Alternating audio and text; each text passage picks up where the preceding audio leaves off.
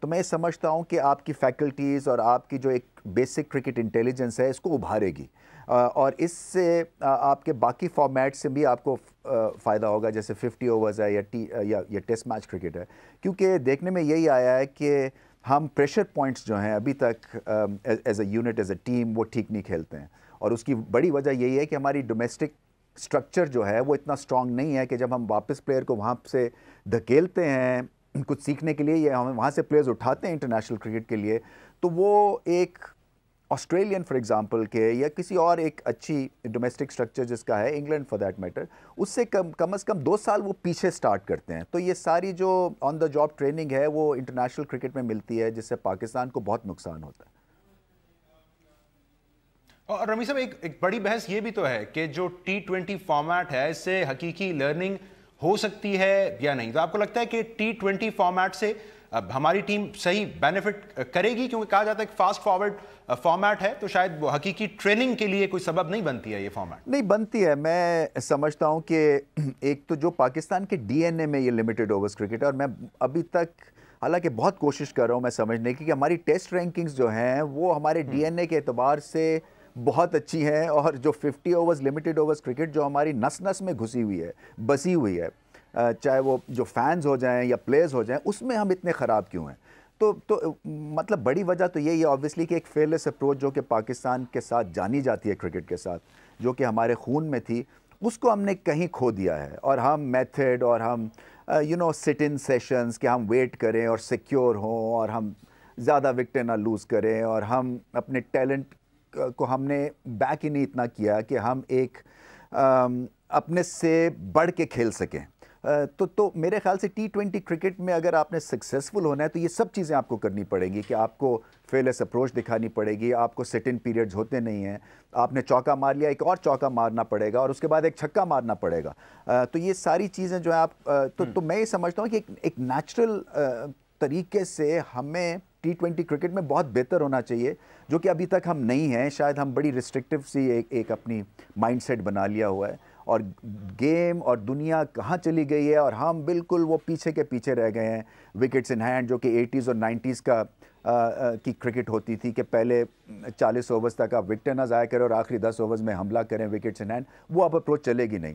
تو 20 اوور کی کرکٹ سے آپ کی ایک تو اپروچ ہیلدی ہو جائے گی جو آپ کو 50 اوورز اور ٹیسٹ کرکٹ میں فائدہ ہوگا، اور اپنی باؤنڈریز کو آپ جو ہے وہ ہمیشہ دھکیل رہے ہوں گے اور ایکسپیریمنٹ کر رہے ہوں گے کہ میں یہ بھی شاید کر سکتا ہوں، میں ریورس فلک کروں گا یا میں ریمپ شاٹ کھیلوں گا. تو یہ ساری چیزیں نا آپ کے ٹیلنٹ کو اور زیادہ ابھاریں گی، اور اس سے آپ کی باقی فارمیٹس میں بہت آپ کو فرق پڑے گا. تو رمی صاحب چلیں پرفارمنس کی جانب آپ آ گئے، مجھے اسی جانب آنا تھا. یہ جو حالیہ کارکردگی رہی پاکستان کرکٹ ٹیم کی انگلینڈ کے خلاف، پہلے آپ 3-1 سے ون ڈے ہارے، پھر 3-0 سے T20، اس کی وجہ آپ کے نزدیک کیا؟ بس وہی پرانا ایک مسئلہ کہ بیٹنگ کلک نہیں کی، یا آپ کو لگتا ہے پہلے سے زیادہ گھمبیر ہو گئی سچویشن جس میں شاید ناقص فیلڈنگ، بری بولنگ، اور جس طرح کوچ کہہ رہے تھے وقار یونس کہ وہ اسکول کے بچوں کی طرح رن آؤٹ ہو جانا، وہ بھی اب شامل ہو گیا مسئلے میں؟ دیکھیں بیٹنگ کی تو ایک پرابلم ہے ہی، ہمیں بہت عرصے سے ہے، مگر اس سال 2015 میں سب سے ورسٹ بولنگ پرفارمنس ہے دنیا کی پاکستان کی لمیٹڈ اوورز کرکٹ میں، جو کہ حیران کن پہلو ہے، اس لیے کہ ہم اپنی جو وکٹریز ہیں وہ ہم بیک کرتے ہیں وکٹیں لے کے، اور کہیں نہ کہیں وہ ہم نے منترا کھو دیا ہے، کیونکہ ہم ڈیفینسو ٹیکنیک کے ساتھ نہیں جیت سکتے ہیں. ہم اٹیکنگ ٹیکنیک کے ساتھ یا اٹیکنگ فریم آف مائنڈ سے جب بھی کھیلتے ہیں ہم بہتر پرفارمنس کرتے ہیں، وکٹیں لیں، کیچ کریں، چوکا ماریں، تو اپنے آپ کو چیلنج کریں. یہ پاکستان کرکٹ کا خاصہ رہا ہے، اور ہم جب ہمیں یہ کہ جی ڈاٹ بالز کرنے ہیں اور ہم نے سکور روکنا ہے، ہمارے پاس وہ ابھی تک اہلیت نہیں ہے. تو فٹنس کا لیول ہے بہت خراب ہے. فیلڈنگ ہماری ابھی سری لنکا کے ٹور تھا 6 مہینے پہلے، آؤٹ سٹینڈنگ فیلڈنگ تھی اور ایک دم سے ڈراپ ہو گیا. تو مجھے سمجھ نہیں آتی کہ ہم ایک لیول کیوں نہیں مینٹین کر سکتے ہیں. تو فیلڈنگ میں پرابلمز ہیں، فٹنس میں پرابلم ہے، اور باتیں تو بہت ہم کرتے ہیں کہ جی فیلڈنگ اور فٹنس جس کی نہیں ہوگی باہر ہو جائیں گے. وہ کاش وہ وقت آئے پاکستان کرکٹ میں کہ جہاں فیلڈنگ اور فٹنس کے اوپر آپ کہہ کے پلیئر کو باہر کریں، تاکہ ایک اچھا سا میسیج سینٹ اکراس ہو جائے کہ کوئی جو ہے فار گرانٹیڈ نہیں ہے اس کی پلیس. اگر آپ سکور بھی کر رہے ہیں مگر آپ کیچ چھوڑ رہے ہیں، اور اگر آپ فزیکلی فٹ نہیں ہے 2 رنز لینے کے لیے یا بڑی شاٹ لگانے کے لیے، تو آپ کا کوئی فیوچر نہیں ہے اس نئی انوائرمنٹ میں.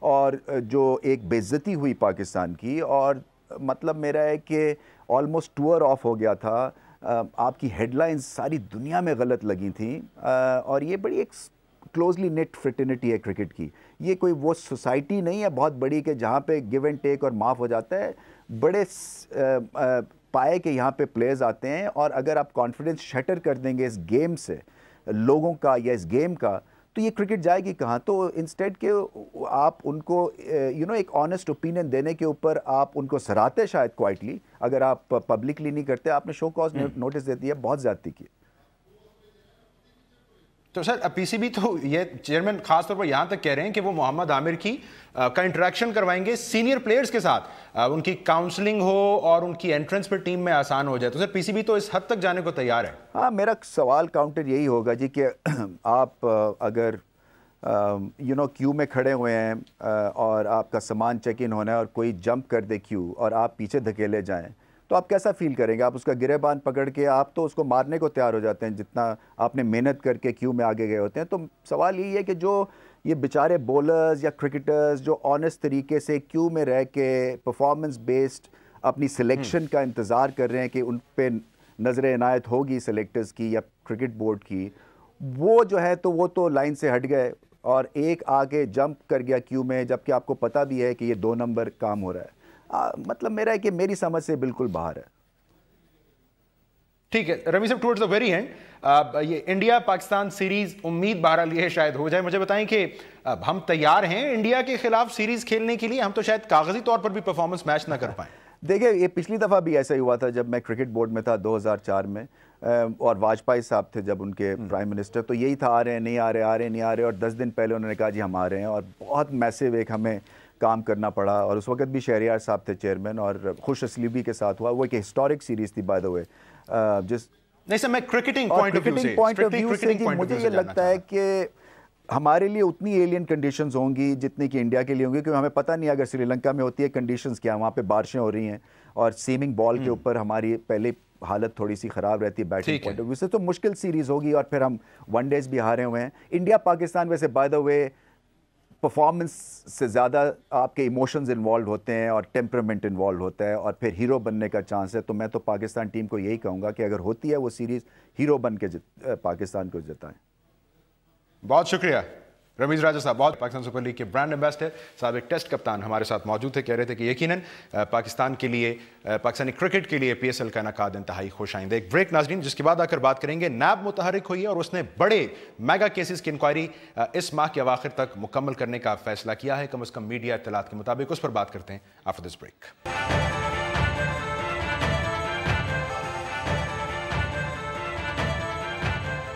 ویلکم بیک ناظرین. احتساب کا نعرہ پاکستان میں ہرگز نیا نہیں ہے. اب سویلین دور حکومت ہو یا پھر فوجی دور حکومت، بڑی شد و مد کے ساتھ مختلف ادوار میں احتساب کا نعرہ لگا ہے، لیکن صاف اور شفاف احتساب نہیں ہو پایا ہے. اور اس کی حیثیت اس سیاسی منشور کی طرح ہو گئی جو مختلف سیاسی جماعتیں اعلان کرتی رہی ہیں مختلف الیکشن کیمپینز کے دوران. اب میڈیا اطلاعات کے مطابق نیب نے وزیر اعظم نواز شریف، وزیر اعلیٰ پنجاب شہباز شریف، وزیر خزانہ اسحاق ڈار صاحب اور دیگر اہم شخصیات کے خلاف سال ہا سال سے التوا کا شکار جو انکوائریاں ہیں ان کو اس ماہ کے آخر تک مکمل کرنے، جبکہ اس کے ساتھ ساتھ پنجاب، سرحد اور بلوچستان میں مختلف وزراء کے خلاف تحقیقات کے آغاز کا بھی فیصلہ کیا ہے. اب بنیادی سوال اس موقع پر ناظرین یہ پیدا ہو رہا ہے کہ کیا نیب واقعی صاف اور شفاف تحقیقات کے ذریعے ریفرنسز دائر کرنے جا رہا ہے، یا محض کاغذی کارروائیاں کر کے خود کو متحرک ثابت کرنے کی ایک کوشش کرنے جا رہا ہے. اور پھر کچھ بات یہ بھی کریں گے کہ کیوں نیب کے قانون سے جرنیل اور ججز اس کے دائرہ کار میں نہیں آتے ہیں. میرے ساتھ اس وقت موجود ہیں سینئر صحافی اور تجزیہ کار انصار عباسی صاحب. انصار شکریہ آپ کے وقت ہے. یہ نیب کے جس متحرک ہونے کا میں نے ذکر کیا، وزیر اعظم، وزیر اعلیٰ پنجاب، وزیر خزانہ راجہ پرویز اشرف، چودھری برادران، یہ آپ کی خبر کے مطابق اس ماہ کے آخر تک شاید انکوائریاں مکمل ہو جائیں. اس اچانک تیزی کی وجہ کیا ہے؟ دیکھیں، انہوں نے ایک نئی اسٹریٹجی بنائی ہے، نئی پالیسی بنائی ہے کہ آپ کیسز کو پینڈنگ کرتے رہیں. آپ کو پتہ ہے پاسٹ پریکٹسز میں فور ایئرز آپ لوگوں کو بلیک میل کرتے ہیں، آپ لوگوں کی وچ ہنٹنگ کرتے ہیں، یعنی آپ کے سر پہ تلوار لٹکتی رہتی ہے، لیکن نہ کیس ادھر آتا ہے نہ ادھر، انکوائری اور انویسٹیگیشن تک بھی پھنسا رہتا ہے. تو اس پالیسی کو ریویو کیا ہے انہوں نے، اور انہوں نے یہ کہا ہے کہ ایک ٹائم پیریڈ لمٹ کر دیا فار آل کیسز کہ آپ نے ہر کیس کو کوئی بھی انکوائری ہوگی، کوئی بھی انویسٹیگیشن ہوگی، اس کو 4 مہینے سے زیادہ آپ نہیں دے سکتے.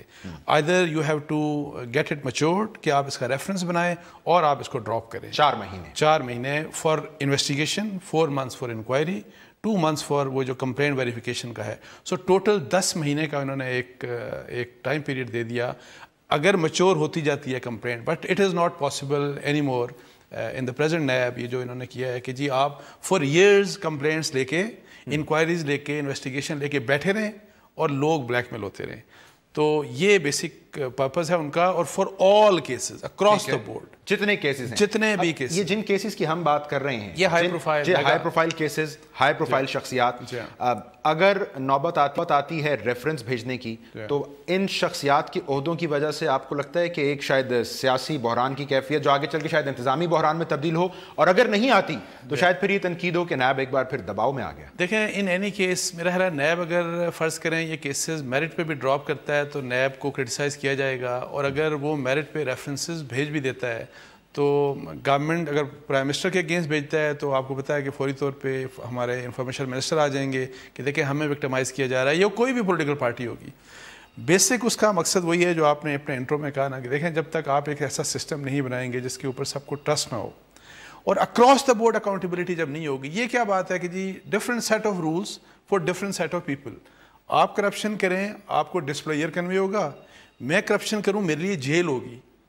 میرے لیے نیب بنا دیا گیا، اور جو طاقتور لوگ ہیں فرض کریں فوج کی بات کریں یا آپ جوڈیشری کی بات کریں، ان کو آپ ٹچ نہیں کر سکتے. سو جب اس طرح کا سسٹم ہوگا تو دیکھیں، اور پھر ایون پولیٹیشین یا گورنمنٹس میں تو سارے کا سارا ایمفسس سندھ ہو گیا جی.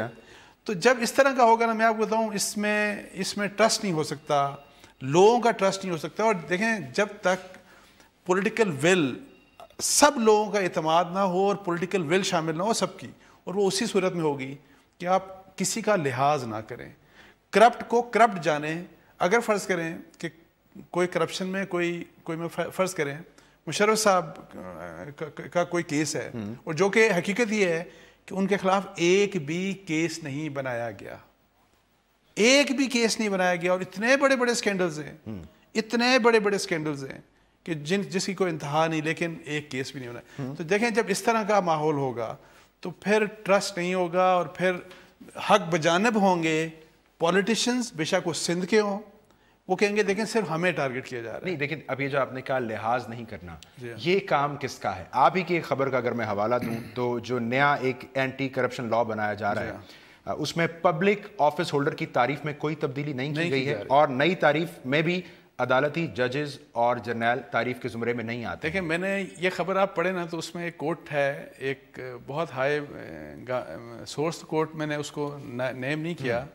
ان کا یہ کہنا تھا، میں نے کہا جی کہ آپ فوج اور اکراس دا بورڈ سب کی کریں، تو انہوں نے کہا کہ آپ کہتے ہیں کہ ہم اپنی بورڈ کو خود ہی راک کر دیں. اچھا اب دیکھیں میں یہ کہتا ہوں نا کہ دیکھیں اس کی طرف سے سب کو میرا خیال ہے کہ ہر ایک کو سپورٹ کرنا چاہیے. اب وہ ڈرے ہوئے ہیں، وہ کہتے ہیں ہم 2014 کا ابھی اسمبلی نہیں ہے، اور آپ کہتے ہیں کہ جی فوج کو بھی ڈال دیں اور جوڈیشری کو بھی ڈال دیں، پھر ہمارا کیا بنے گا. سو یہ میں نے کوٹ بھی کیا اس میں. تو میں یہ کہتا ہوں کم از کم ہمارا میڈیا کا یہ کام ہے کہ ہم تو کم از کم پریشر ڈالیں نا کہ یہ انفیئر ہوگا کسی بھی، مطلب اکاؤنٹیبلٹی صرف ایک سیگمنٹ آف سوسائٹی کی ہوگی.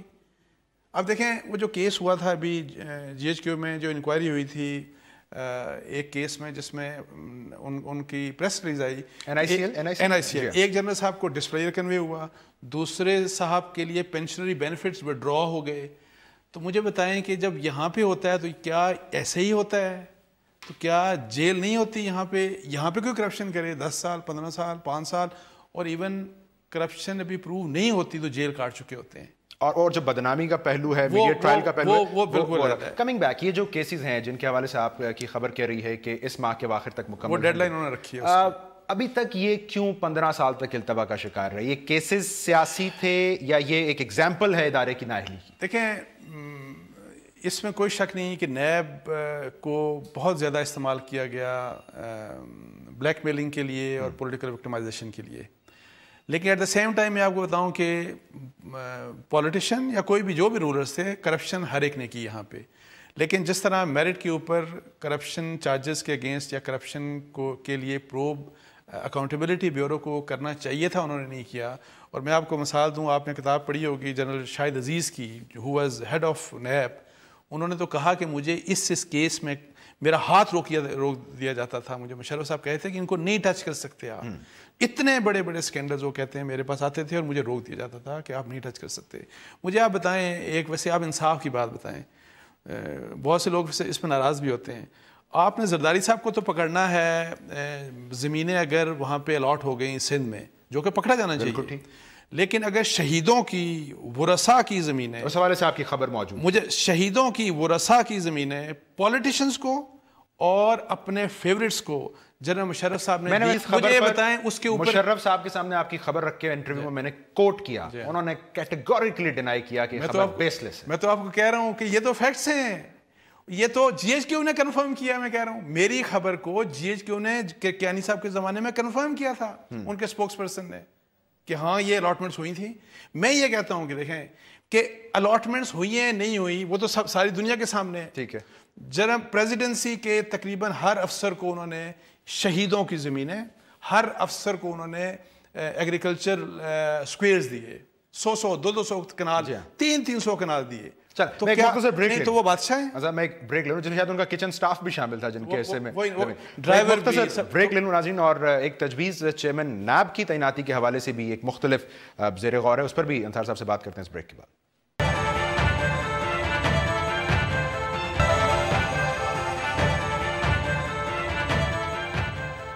ویلکم بیک ناظرین. صاحب آپ نے کہا کہ بات ہو رہی ہے، اس پہ اتفاق ہے، احتساب کا اطلاق سب حلقوں پر مساوی ہونا چاہیے. جب سینٹ کی قائمہ کمیٹی نے رپورٹ میں کہہ دیا کہ احتساب مساوی ہو تو پھر کیا رکاوٹ ہے؟ حکومت خود بھی گھبراتی ہے؟ دیکھیں نہیں، حکومت تو گھبراتی ہے، حکومت تو ظاہر ڈرتی ہے. میں نے آپ کو بتایا، میں نے تو کوٹ کیا اپنی خبر میں، لیکن بیسک رسپانسبلٹی حکومت. اور پھر جب آپ کوئی بھی یہ بھی جب لا جو پروپوز کرے گی گورنمنٹ، وہ تو پارلیمنٹ کے سامنے آئے گا.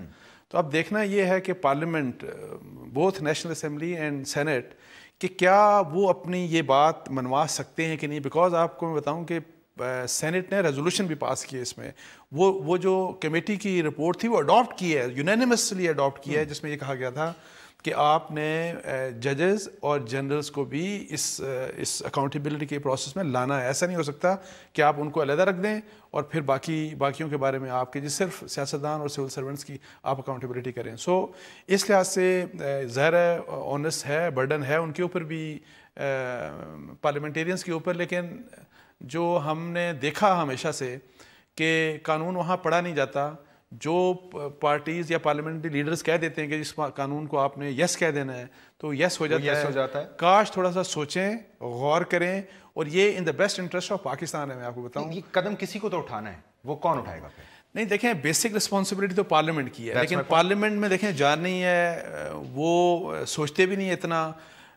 پرائم رسپانسبلٹی حکومت کی ہے جس کو انیشیٹ کرنا چاہیے. حکومت کو ڈر ہے، خوف ہے. تو میں یہ کہتا ہوں کہ پھر ہم میڈیا کا کام ہے کہ ہم تھوڑا سا انکریج کریں کہ اس سے کسی کی خدا نخواستہ ہم کسی سیگمنٹ آف سوسائٹی کے ساتھ دشمنی کی بات نہیں کر رہے. ہم کہتے ہیں کہ اگر ہم نے اس ملک میں کرپشن کو واقعی ختم کرنا ہے تو اکراس دا بورڈ اکاؤنٹیبلٹی لازمی ہے. اور اس میں ایک اور سجیشن دی، جس طرح ملٹری میں جب آپ کا ایک پروسیس ہے، جن لوگوں کو آپ نے سزائیں دے دی، ٹھیک ہے، آپ اس کے بعد ان کے کیسز آنے چاہیے نیب میں، تاکہ ان کو اس بنیاد کے اوپر جو آپ کے اپنے کنکلوژنز ہیں، ٹھیک ہے، تو کم از کم سزا دیکھیں. رول یعنی قانون جو ہے، ایک قانون، یہ کتنا عجیب سی بات ہے، آپ کو قانون کہے کہ آپ کے لیے 1 سال کی سزا، میرے لیے قانون کہے اسی جرم ہے کہ 10 سال کی سزا. اس سے بڑی ڈسکرمنیشن کیا ہو سکتی ہے؟ ججز میں کیا ہوتا ہے کہ آپ کو سپریم جوڈیشل کونسل میں لے کے جاتے ہیں اور آپ کو بس وہ ریٹائر کر دیتے ہیں. اب مجھے بتائیں یہ سزا کافی ہے؟ اگر خدا نخواستہ یقیناً المی ہے. موونگ آن، جو چیئرمین نیب آئندہ ان کی تعیناتی کے حوالے سے بات ہو رہی ہے کہ وزیر اعظم، اپوزیشن لیڈر اور شاید چیف جسٹس کی رائے بھی شامل. چیف جسٹس کا عہدہ متنازع نہیں ہو جائے گا؟ کیونکہ ابھی تک تو صرف ججز تعیناتی میں ان کی رائے ہوتی ہے. میرا خیال ہے کہ ان دا ریسنٹ پاس جس قسم کی کنٹروورسیز ہوئی ہیں، پہلے حالانکہ گڈ فیتھ میں فیصلہ کیا گیا تھا 18th امینڈمنٹ میں کہ جی پرائم منسٹر اور لیڈر آف اپوزیشن مل کے کریں گے فیصلہ، لیکن عمران خان کا یہ کہ دیکھیں یہ موقع مکا کر لیتے ہیں. اچھا اور میں آپ کو بتاؤں اور اور اس میں ہمیں کچھ چیز نظر بھی آئی, بیکاز پیس پارٹی کے دور میں جس قسم کی اکاؤنٹیبلٹی ہونی چاہیے تھی پی ایم ایل این کی اور شریفس کی وہ نہیں ہوئی, اور ان کے دور میں جو اکاؤنٹیبلٹی ہونی چاہیے تھی یہ بھی بڑے سست رہے, اس طرح کی نہیں ہوئی. تو میرا خیال ہے کہ اگر چیف جسٹس کی بھی صرف اس لحاظ تک انوالومنٹ کہ جی تاکہ انشور یہ ہو جائے کہ ایک صحیح شخص یا صحیح کمیشن لگ جائے جو کہ لیڈ کرے اکاؤنٹیبلٹی پروسیس کو, for the reason کہ لوگوں کا تمام لوگوں کا اعتماد میں اضافہ. میرا خیال ہے اس میں حرج نہیں. انصار عباسی صاحب بہت شکریہ, آپ ہمارے ساتھ موجود تھے. ناظرین پروگرام کے اختتام پہ ایک خبر کا حوالہ جو کہ آج اخباروں موجود ہے, بڑی تشویشناک خبر ضروری ہے. ہری پور ہزارہ ڈویژن بتایا گیا وہاں پہ گزشتہ 22 ماہ کے دوران 63 خواتین نے خودکشی کی ہے, اور 2014 میں 34 خواتین نے, جبکہ 2015 میں اب تک 33 خواتین خودکشی کر چکی ہیں. بڑے یہ خطرناک سٹیگرنگ فگرز ہیں. کیوں ایسا ہو رہا ہے, وجوہات کیا ہیں؟ مجھے اس وقت ہری پور سے جوائن کر رہی ہیں ماہر نفسیات سائرہ خان صاحبہ. سائرہ بہت شکریہ آپ کے وقت کا. سائرہ کچھ اب حقائق ہمارے سامنے رکھیے, اعداد و شمار تو آ گئے, کیوں اس علاقے میں خودکشیوں کی تعداد میں یوں اضافہ ہوا, گزشتہ 2 سال میں ہو رہی ہیں, وجہ کیا ہے؟ سب سے پہلے میں یہ کلیئر کرنا چاہوں گی کہ 63 نہیں 67 سوسائڈز کمٹ 67 فیمیلز کی جانب سے. ہاں جی ٹھیک ہے, لیکن اس میں شاید جو خبر کے مطابق 4 خودکشیاں خواتین ناکام ہو گیا تھا, لیکن 67 سوسائڈ کمٹ. وجہ کیا ہے سائرہ؟ کوئی اس علاقے میں کیا مسائل کیا ہیں ایسے جس کی وجہ سے خواتین مجبور ہیں یہ قدم اٹھانے؟